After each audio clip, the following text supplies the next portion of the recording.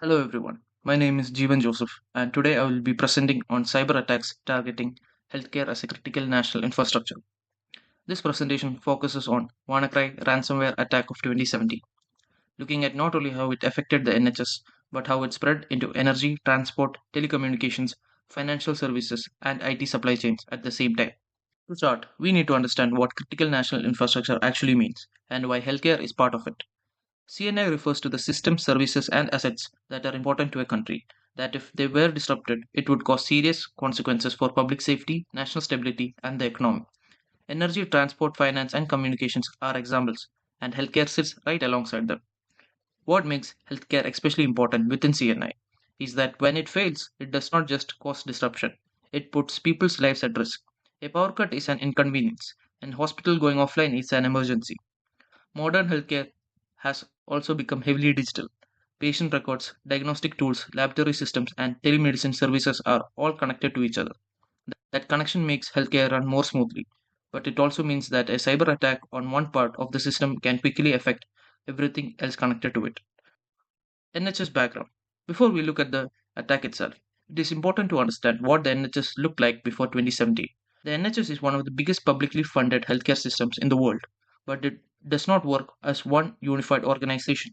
It runs across a large network of separate trusts, each managing their own day to day operations and, importantly, their own cybersecurity. This meant the level of cybersecurity protection varied hugely from one trust to the next. Some were reasonably well prepared, many were not. A large number of trusts were still running old IT systems, computers using outdated software that manufacturers have stopped supporting and updating. This meant even when security fixes were released, many of these systems could not receive them. There were no central authority making sure every trust kept their systems up to date. Most importantly, cybersecurity have never been properly included at leadership or board level. WannaCry attack. On the 12th of May 2017, the WannaCry ransomware attack began. Within just a few hours, it has spread to organizations across 150 countries. The attack is linked to a group called Lazarus, a state-connected threat actor with ties to North Korea, known for attacking financial institutions and critical infrastructure around the world. Technically, WannaCry took advantage of the weakness in the Windows SMB protocol, known as CV 2017-0144, using a hacking tool called Eternal Blue. This tool allowed the malware to get into unpatched systems remotely, without anyone needing to click a link or open a file.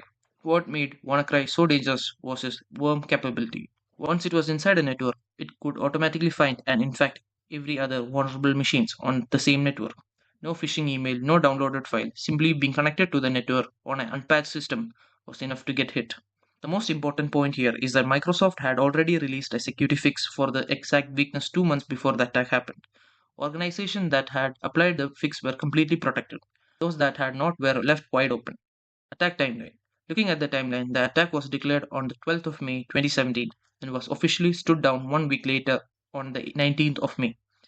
In that 7 day window, over 80 trusts were affected. That was at least 34% of all NHS trusts in England, along with large number of primary care organizations. Around 19,000 appointments were cancelled, ambulance services were diverted, the response across NHS was reactive and disorganized, which tells us clearly that there was no prepared plan for dealing with a cybersecurity attack of this size. Attack chain. The attack worked in 5 stages. It started by getting into a computer through SMB1 weakness that then exploited unpatched systems across the network, then spread rapidly and automatically to every other vulnerable machine it could find, and then locked down operations by encrypting files and finally demanding a ransomware payment in Bitcoin. It is worth pointing out that a very few organizations actually paid the ransom, and those that did mostly did not get their files back either. The real damage was not that the ransom demand itself, but a complete loss of ability to function. Hospitals could not access their patient records, run diagnostic systems, or communicate digitally. NHS impact.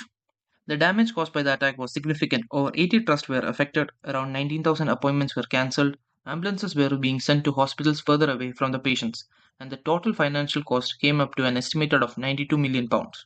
It is important to understand that the figure does not include any ransom payments. It is the cost of the disruption itself, the recovery process, and the wider knock-off effects across NHS services. On top of the financial cost, the damage to the NHS reputation was very serious. The public confidence in the NHS ability to protect patient information and keep services running was genuinely shaken. When we look at why the attack was so successful, the reasons are structural. There were no central system making sure patches were being applied. Old computers could not run modern security tools. Real-time monitoring of the network was not in place, and cyber risk has never been built into NHS strategic planning at the top level. How WannaCry affected other sectors. This is where CNI side of the attack really becomes clear. WannaCry did not stay within healthcare. The moment NHS systems went down, the impact immediately spread into every sector that healthcare depended on. That is what makes the CNI event not just hospital IT problem, starting with energy. Hospitals use digital systems to manage their power supply, heating, ventilation, medical gas, and backup generators. All these systems were running on the same internal network that WannaCry was attacking through these weaknesses. When those networks were hit, the physical infrastructure of the hospital, including the power going into the ICUs and operating theaters, was directly put at risk. This highlights something that is often missed. A cyber attack on computer systems can also threaten the physical building and equipment within it, when both are connected to the same network. Moving on to transport, as NHS Trust declared major incidents, ambulance services across England were formally told to stop going to the affected hospitals. Paramedics have no choice but to drive past their nearest hospital and travel to ones that were still working. This directly increased the time it took to get emergency patients to care. That is not just an IT issue, that is a real patient safety issue with life or death consequences. In telecommunications, the digital systems that GPs used to refer patients to hospitals, share test results, and communicate with specialty services all stopped working. Clinical staff had to go back to using phones and paper, which is much slower, more likely to cause errors, and nearly impossible to manage at a scale during a national crisis. In financial services, NHS payroll systems, procurement platforms, and the tools used to order medical supplies were all taken offline during the attack. This meant hospitals could not place or confirm their regular orders for medicines, surgical equipment, laboratory supplies, and medical devices. At the time when hospitals were already struggling to cope, not being able to restock essential clinical materials made the situation even worse. In IT supply chains, companies that provided software technical support to the NHS were forced to disconnect from NHS systems to protect themselves. Many of their suppliers had their software running directly on NHS networks, which meant they were exposed to the same attack through the connections. Trust lost access to all the major electronic systems at the exact moment they needed them most. Colonial Pipeline. To back this point up with an example from a completely different sector, I want to briefly look at Colonial Pipeline ransomware attack of May 2021. A group called DarkSide used ransomware to shut down large fuel pipeline in the US for 6 days. This time, the cascade run into opposite directions to WannaCry. The attack started in energy and then spread outwards to other sectors.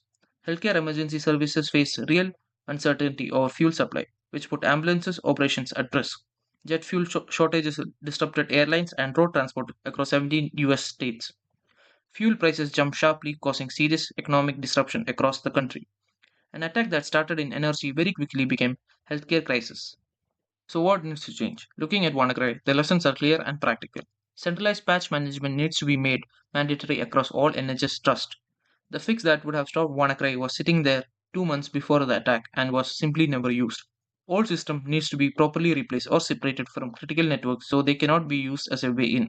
Real-time monitoring of network needs to be a basic requirement for every trust, not something that is left to individual choice. And money spent on cybersecurity needs to be seen as investment in critical infrastructure. The wider cross-sector level, the message from both attacks is just as clear. No CNI sector can protect itself on its own. Shared resilience plans, joined up incident responses, and cross-sector cooperation are not optional. They are essential. The single most important lesson from both of these attacks is that cybersecurity must be a board level priority in every CNI sector. To bring everything together, WannaCry showed us that a cyber attack on healthcare is not a contained IT problem. It is a national infrastructure event. When healthcare systems fail, energy is threatened, ambulances are redirected, communication breaks down, supply chains are disrupted, and financial systems go offline, all at the same time. The sectors within CNI do not work independently. They are deeply connected, and when one of them fails, the pressure spreads across all other sectors. Attack any sector, and the effects will spread outward into every sector connected to it. When what both attack ultimately shows us that the real risk is not technical, it's about governance. The tools to prevent WannaCry existed, the patches were available and ready to use. The decision to be applied it had simply never been made a priority at the right level.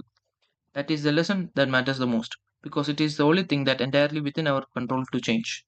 Protecting healthcare CNI requires real cross sector cooperation, genuine leadership, accountability, and sustained long term investments.